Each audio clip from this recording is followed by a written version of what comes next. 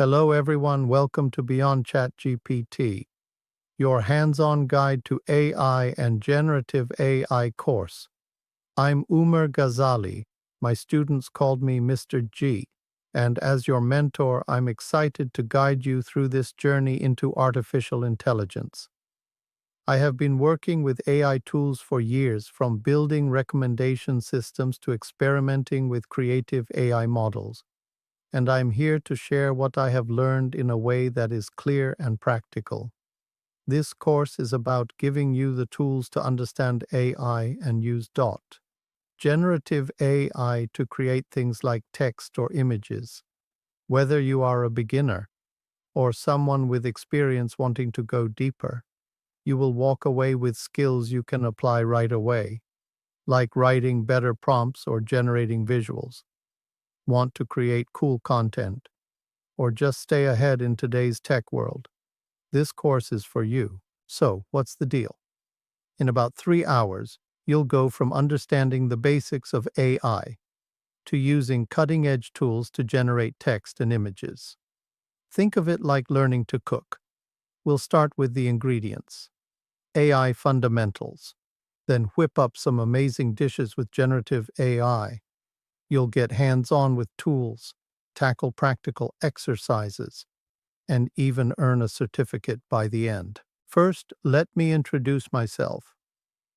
I hold a master's degree from Northeastern University, Boston, in telecommunications systems engineering and a bachelor's degree from the University of Massachusetts. With 20 years of experience in the technology sector, I am also an author of several Kindle books, a blogger, and an educator. I've seen firsthand how technology transforms industries. I'm excited to share that practical perspective with you. Here's the plan: 6 modules with quizzes to test your knowledge, exercises to get your hands dirty, and a final project to show off your skills.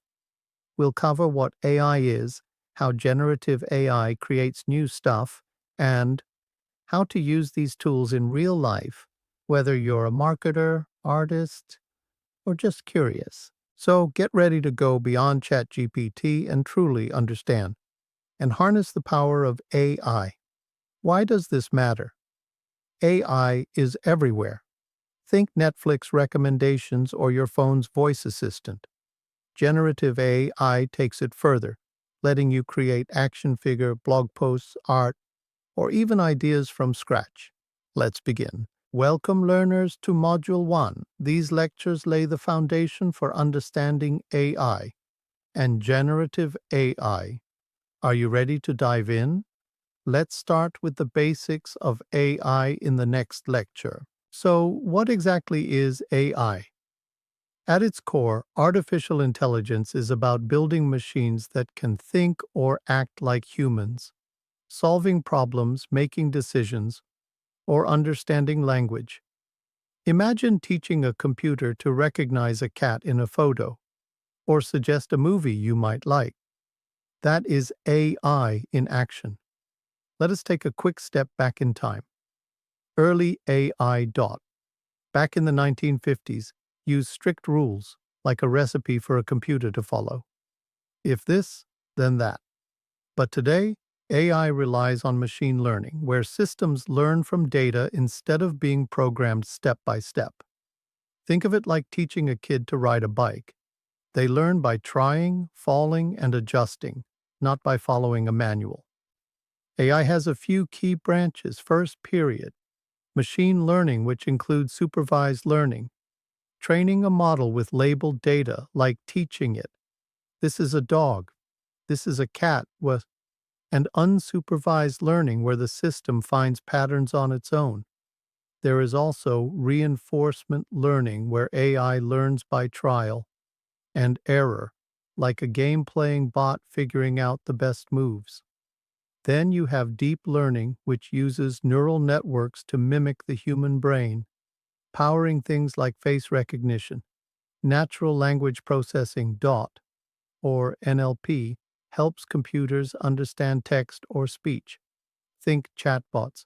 Computer vision lets machines see images or videos like self-driving cars spotting road signs. And knowledge graphs organize data to help AI reason, like connecting facts about a topic for smarter searches. AI today is mostly narrow, great at specific tasks like spam filters or music recommendations. General AI, where a machine could do any intellectual task a human can, is still a distant goal, more like science fiction for now. In the next lecture, we will dig into how AI actually works. Now that we know what artificial intelligence is, let us talk about how it works. At the heart of AI is data, lots of data. It's all about data. Imagine you're trying to teach a friend to spot a good pizza. You show them tons of pizzas, thin crust, deep dish, pepperoni veggie. Over time, they learn what makes a pizza great. AI works the same way, but with data instead of pizza. Here's the process. First, you feed AI a data set, say thousands of emails labeled spam or not spam. This is the training phase, period, where the artificial intelligence learns patterns, like emails with win a free iPhone are usually spam. Then comes validation, where you tweak the model to make sure it's not just memorizing the data, but actually learning. Finally, testing. You give it new emails and see if it gets them right. At its core, artificial intelligence is about pattern recognition, prediction, and classification. Think about Netflix. Its AI looks at what you have watched, compares it to millions of other users, and predicts what you might like next. Or think of fraud detection at your bank. The AI spots weird patterns, like a $500 purchase in a country you've never visited, and flags it. It's not magic. It's math and data working together. But traditional AI is mostly about analyzing what's already there, not creating something new. That's where generative AI comes in, which we'll cover soon. First, let's talk about what traditional AI is good at and where it falls short. Let's wrap up Module 1 by looking at what traditional AI does well and where it struggles. First, the good stuff. AI is fast, like lightning fast. It can process huge data sets in seconds, way beyond what any human could do. It's accurate for specific tasks, like spotting tumors in medical scans or optimizing delivery routes for Amazon. And it scales. Think of AI handling millions of customer queries at once. But it's not perfect. AI needs tons of data to work well. No data, no dice. It can also pick up biases from that data. Like if a hiring AI is trained on resumes from a male-dominated industry, it might unfairly favor men.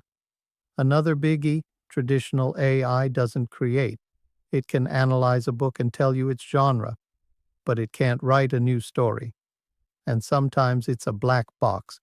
Even the engineers don't fully know why it made a certain decision. That's where generative AI steps in, which we'll explore next.